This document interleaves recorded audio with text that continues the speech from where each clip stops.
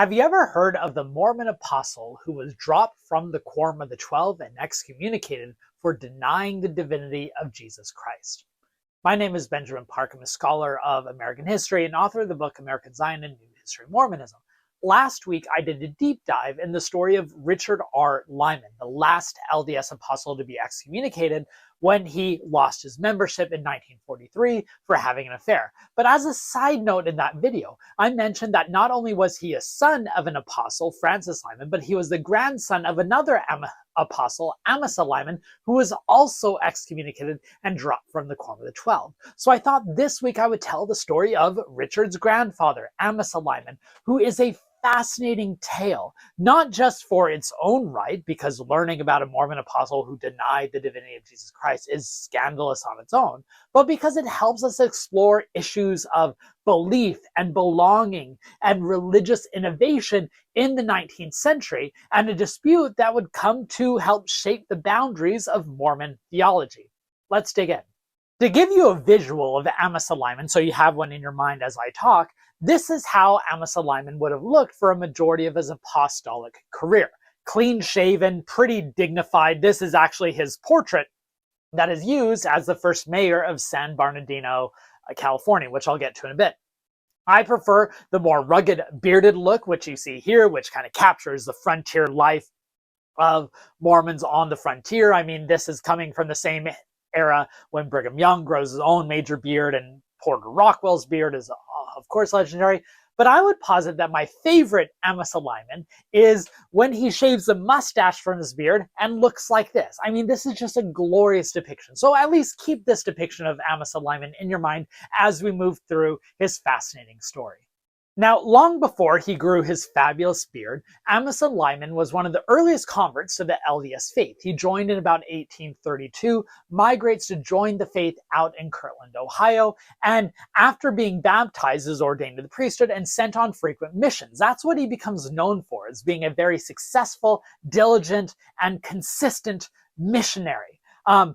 He then, by the Nauvoo period, gets added to ecclesiastical leadership positions, but his positions are always an awkward fit, which are kind of a symbol to his overall place within the Mormon tradition. First, he's called as an apostle in 1842 when Orson Pratt, who was a member of the Quorum of the 12, was temporarily dropped from the apostles and lost his membership due to a dispute with Joseph Smith over polygamy. He accused Joseph Smith of trying to steal his own wife. Maybe a story for a future video.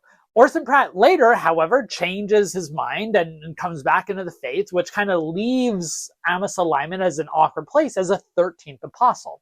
Joseph Smith tries to fix that the next year in 1843 when he proposes to the LDS General Conference that Amasa Lyman should replace Sidney Rigdon in the First Presidency. Once again, Sidney Rigdon is an LDS leader who has a falling out with Joseph Smith, and Joseph Smith wants him replaced in the First Presidency.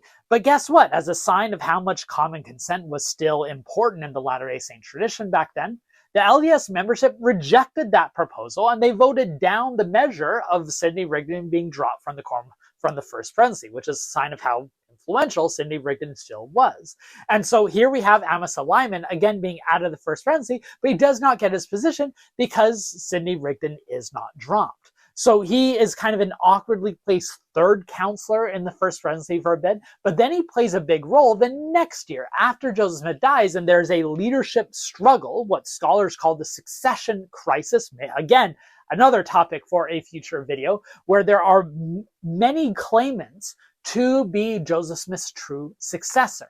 Among those are Brigham Young, claiming to lead by virtue of being president of the Quorum of the 12, and another was Sidney Rigdon, claiming to lead by virtue of being in the First Presidency. Sidney Rigdon expected Amasa Lyman to back his succession claim, but then was surprised at a major meeting in early August 1844 when Amasa Lyman instead backs Brigham Young. As a result of that, Amasa Lyman is embedded within the Quorum of the 12 and becomes a crucial member of church leadership going forward. One of the ways he expresses that, like most LDS leaders at the time, was he embraces polygamy. He marries 8 plural wives, has near 40 children, and he leads a number of colonization initiatives, the most prominent of which is when he led a number of Mormons, including a majority of their enslavers, this is a fascinating story, in 1851 to settle in Southern California, settling what comes to be known as San Bernardino, and Amasa Lyman is their first mayor. That story of the role of slavery and that whole colonization episode is a fascinating episode in its own right, and yes, again, it should be a topic for a future video. By the way, speaking of future videos and past videos, please make sure you're subscribed to this channel if you haven't already. I try to do deep dives on a variety of historical topics every Monday. I do connections of history to the present on Wednesday. And then on Fridays, I try to pull back the curtains and talk about the historical field, giving you suggestions on book you read, tools and skill sets that historians use so that you too can be able to approach topics with the historian's eye. All right, let's get back to the history. Now's the time we need to take a step back and talk about the broader context, because America during the mid-19th century was an era of theological innovation.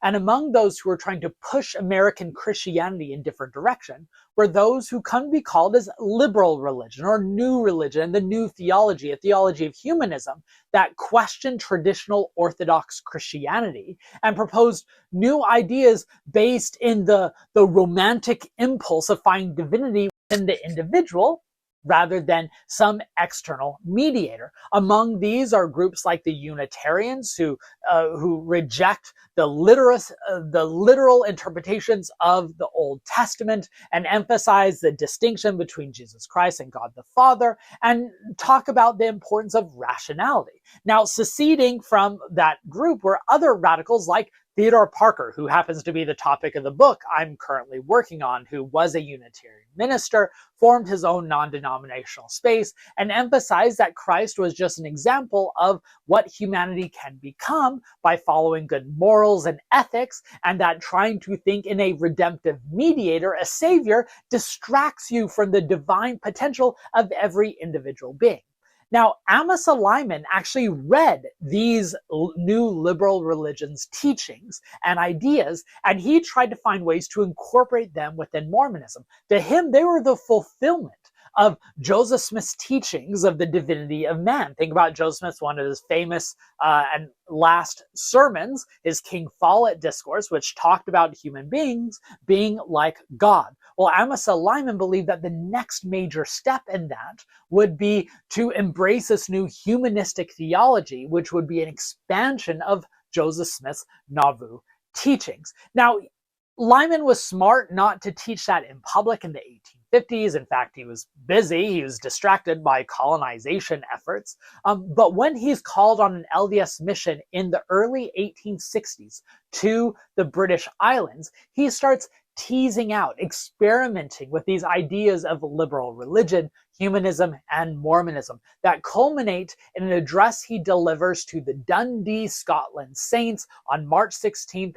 1862. Here is the Millennial Star account. The Millennial Star was the LDS newspaper from those years that summarized his address, in which he talked about Christ being an example for other people to follow, that humanity should not seek a mediator between them and God, but should emphasize their own sacred purpose and destiny, and that Mormonism was about finding the divine potential within themselves rather than seeking a redemptor outside, i.e. a Jesus Christ and their atonement. Now, while that sermon was publicized at the time, it did not raise much attention. It did not bring much criticism. However, within about a year, Brigham Young starts getting word of his Dundee sermon, and he even confronts Amasa Lyman at an 1863 church conference at a local colony. And he says, did you dare to teach something like this that doubts the significance of Jesus Christ's redemption story and the atonement? And Amasa Lyman, reading the room, says, no, I would never teach about something like that. And he tried to keep his teachings on the underground, which lasted for a bit, but couldn't last forever. Over the next few years, Amasa Lyman continues to subtly and often privately continue his theological explorations and teachings. But then in 1866, Edward Tullidge, who was another Mormon convert and successful missionary and writer who wants to reform Mormonism, like in these liberal religion grounds, publishes a column in a major New York newspaper under a pseudonym in which he talks about the reforms going on in the Mormon tradition, trying to posit that Mormonism is the culmination of all these theological developments taking place in Mormonism. And he highlights Amasa Lyman and his teachings as the logical extension of these reforms going on. He even called Amasa Lyman the Theodore Parker of Mormonism. Remember, Theodore Parker was the ex-Unitarian minister who was preaching the ideas of Christ being a human example, not a redemptive savior. By this point, there's enough evidence of Amasa Lyman's teachings that he gets called within the Quorum of the 12, and yet even then, Lyman continued to deny his teachings, although he's starting to be a bit more bold, and he starts talking to public gatherings of the saints that, yeah, I denied that I was teaching that, but that's only so I could stay out of trouble. I could watch my behind, which is probably not the best thing to say in territorial Utah, because those words are eventually going to make it back to Brigham Young, which they did. And in 1867, the LDS Quorum of the 12 Apostles, now marshaling all this evidence of what they declare as heresy, are trying to decide what to do with Amasa Lyman. They come to a compromise that he would be dropped from the Quorum of the 12 Apostles. He would lose his apostle priesthood status, but he would retain his membership if he promised to no longer preach these alleged heresies in public, which for the moment he agreed to do. But within a couple of years, there were a number of other intellectual, religious, political, and economic dissenters who saw in Mormonism a dead end, that Brigham Young was leading the church astray, and that they need to move the faith in a new direction that was the culmination of the liberal religion currents of the 19th century. Edward Tullidge, who I mentioned earlier, writing that influential New York editorial, was among that group, but they marshaled behind a guy by the name of William Godbeite. William Godbeite was a successful businessman. He was sympathetic to these liberal religious strains, but most importantly, he and others critiqued Brigham Young for having too much control of the economic sphere of Utah, that his thumb was on Utah industry, and that they wanted more liberality. And so they broke off, formed their new religion, as they called it. Most people called them the Godbeites, that represented this liberal dissent within Utah Mormonism around 1869 and 1870. Amasa Lyman eventually decides to convert to this new liberal strain of Mormonism, and much to the chagrin of his family, decides that he is going to start preaching in their favor, breaking the compromise that he had made with the Quorum of the 12 Apostles. This results in his excommunication in 1870. Now, the Godbeite movement, which, again, if there's a drinking game of how many times I say another topic for a future video, then drink up, because that's another topic of a future video, the Godbeite movement. That movement eventually dissolves within a few years, although they were quite influential and significant in their time. And that was not the end of Amasa Lyman's wandering. By that point, he tries dabbling in other quote-unquote liberal religious expressions like spiritualism, those who believe that they can communicate with the dead through seances. In fact, David Hyrum Smith, the youngest child of Emma and Joseph Smith, who is now a missionary for the LDS tradition, comes out to Utah and holds a series of seances with Amasa Lyman, who plays an important role in David Hyrum Smith's eventual mental breakdown. Again, drink, because a topic for another video. And there are other moments when Amasa Lyman is embedded within these spiritualist groups in Utah that they channel Joseph Smith, who continues to prophesy and speak from the grave. A fascinating, fascinating moment of this convergence of variety of religious innovations in 19th century and Mormonism. Now, Amasa Lyman's excommunication from the faith and denunciation of LDS leaders drove a wedge into his family. Remember, he had 8 plural wives and 38 children. Some decided to follow him outside of the faith, while others decided to stay faithful. Among those who stayed faithful was his son Francis Lyman, who a couple of decades later would be added to the quorum of the 12 apostles, in many ways taking his father's place. Now, Amasa Lyman ends up dying in 1877, and it's not until 3 decades later, in 1909, when Joseph F. Smith was the president of the church, that they decided to posthumously rebaptize him and restore his priesthood, apostolic, and temple blessings. So why does this story still matter? Well, I can think of a few reasons. One, I think it's fascinating in its own right, learning about this one individual who is testing the boundaries of belief and belonging and trying to reconcile his intellectual exploration with an evolving theological tradition. Second, I think it shows the multiple potential trajectories that Mormonism could have taken. Lyman's theological opinions were in the minority, but he was not alone. And the direction that Brigham Young and others took the faith, which centered on a literalistic reading of Jesus Christ's atonement, was never predetermined to actually happen. They might have followed the more humanistic strain of Amasa Lyman. And third, I think it shows the vibrancy and variety of 19th century religious imagination and innovation in America, where lots of people were questioning long-established traditions and ideas and trying to move their faith traditions in new ways, like Amasa Lyman.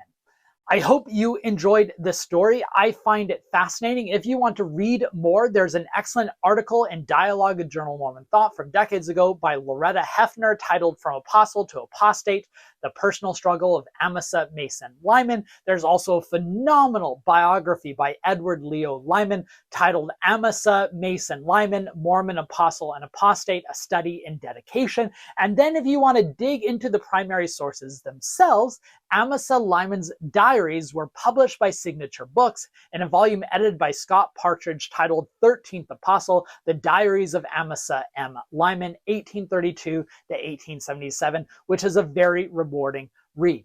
History is not just fascinating, but it's all the more relevant to help us understand how we got to this point, and Amasa Lyman's story fits into that. If you enjoyed this video, please like and share with others. Subscribe to the channel if you haven't yet. History is so fascinating. These discussions are important, which is why I'm thrilled to have these discussions with you on this channel.